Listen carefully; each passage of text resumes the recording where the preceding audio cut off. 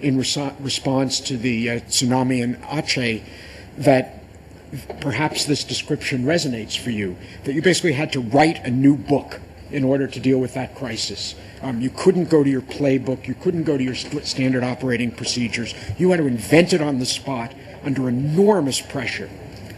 A second thing that goes along with this is that by contrast with routine emergencies, where you can describe exactly what kinds of skills you need to cope with these situations, knowledge of hazardous chemicals or whatever, you don't know what skills you need to deal with an emergency that you can't anticipate.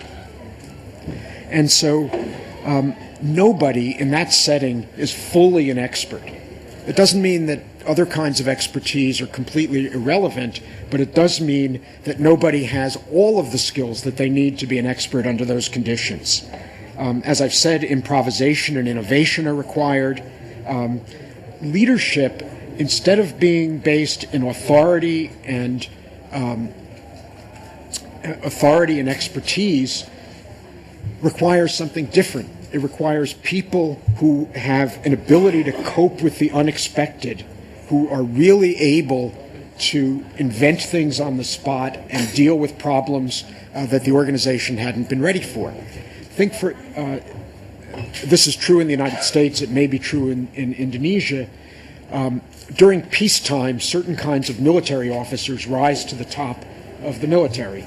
They tend to be the people who can smoothly operate organizations, who can deal perhaps with political problems, who can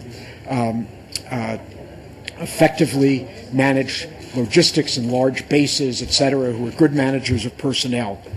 If war breaks out or some other extreme stress on the military that lasts over some period of time, most likely different military leaders will rise to the top. And some of the people who were very adequate military leaders in the peacetime turn out to be terrible during wartime.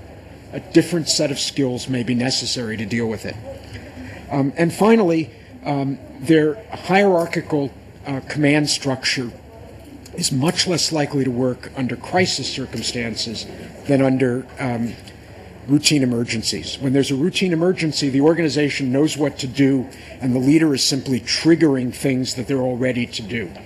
In a crisis, you have to invent your way out of the crisis. And that means a leader is not going to be telling everybody what to do, but rather presiding over a process in which ideas very quickly get put on the table, in which the organization tries to assess them, in which there's a much flatter hierarchy. And people will be invited to say, what would you do? And they would also be invited to say, what's wrong with the idea that we're talking about? Point out the problems. Whereas a more junior person, under ordinary circumstances, wouldn't feel comfortable speaking up in the company of higher-ranking officers, perhaps, or whether it's a civilian agency or the military.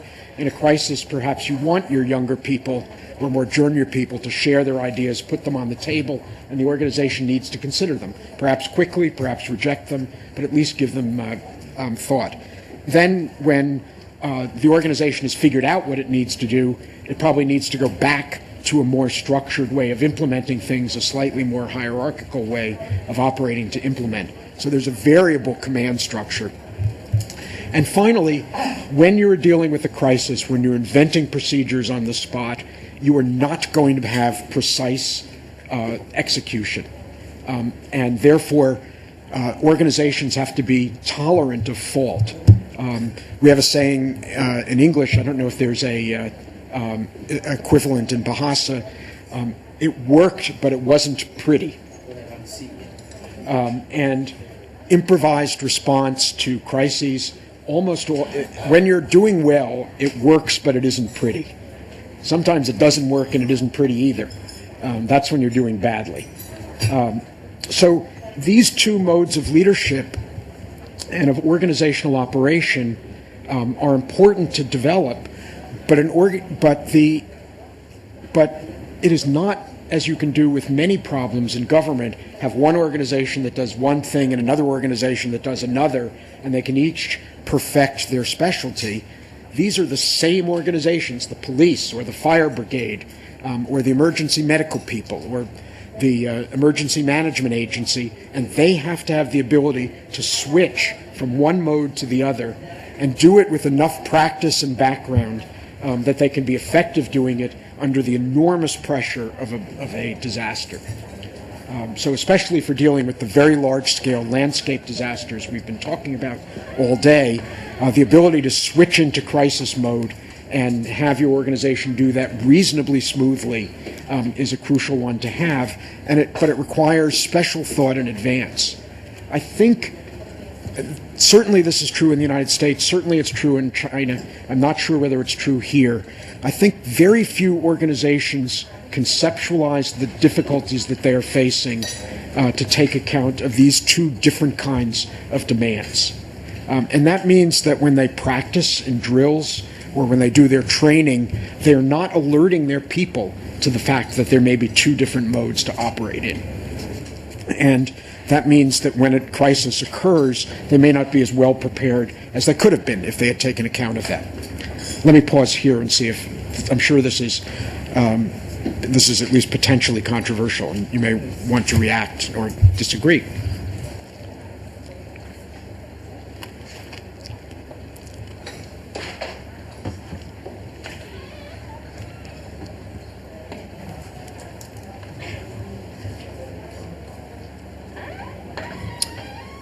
Well, let me move on a little bit, and please feel free to interject.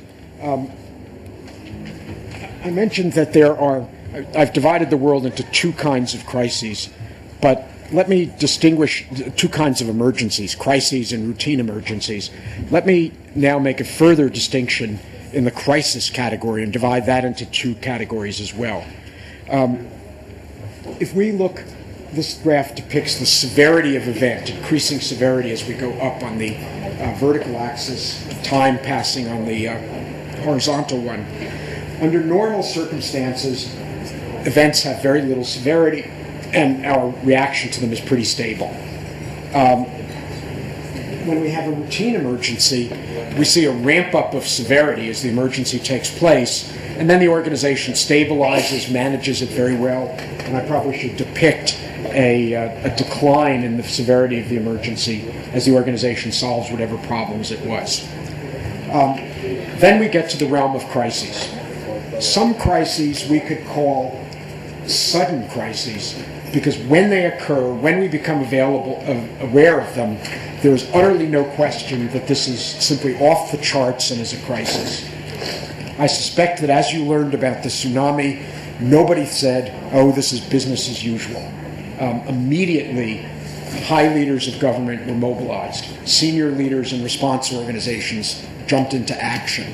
It didn't take very long to realize that you were operating in uncharted waters and that senior leaders had to be in command of that. Similarly, in China, when the Wenchuan earthquake struck, the leadership of China immediately sprang into action. Within 2 hours of the occurrence of the earthquake, Premier Wen was on a plane flying with a number of his ministers to the earthquake site. Some have argued that he probably shouldn't have gone right to the site, but whatever his decision, this shows that senior professionals and senior political leaders are going to know that a sudden crisis has occurred. But there's another kind of crisis, and you can call this an emergent crisis. It starts out looking like a routine emergency, and then it takes off. SARS had that characteristic. It looked like a severe form of flu, but it looked like something that everybody knew how to deal with. And then suddenly we realized that people were dying and we didn't understand it. The disease spread fast, and we knew that we were in a new circumstance.